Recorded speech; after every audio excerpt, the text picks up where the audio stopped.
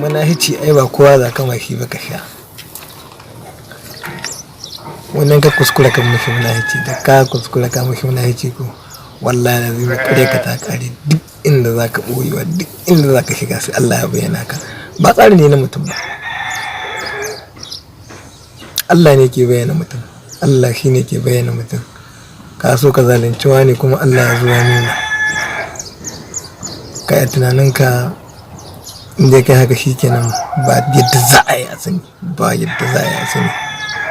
Yalla ba zalimin hanyar mu kun san abin da za mu kama kenan ba bari za mu yi ba da ainihin ari shi ne uban gaya ko uban gaya kenan ari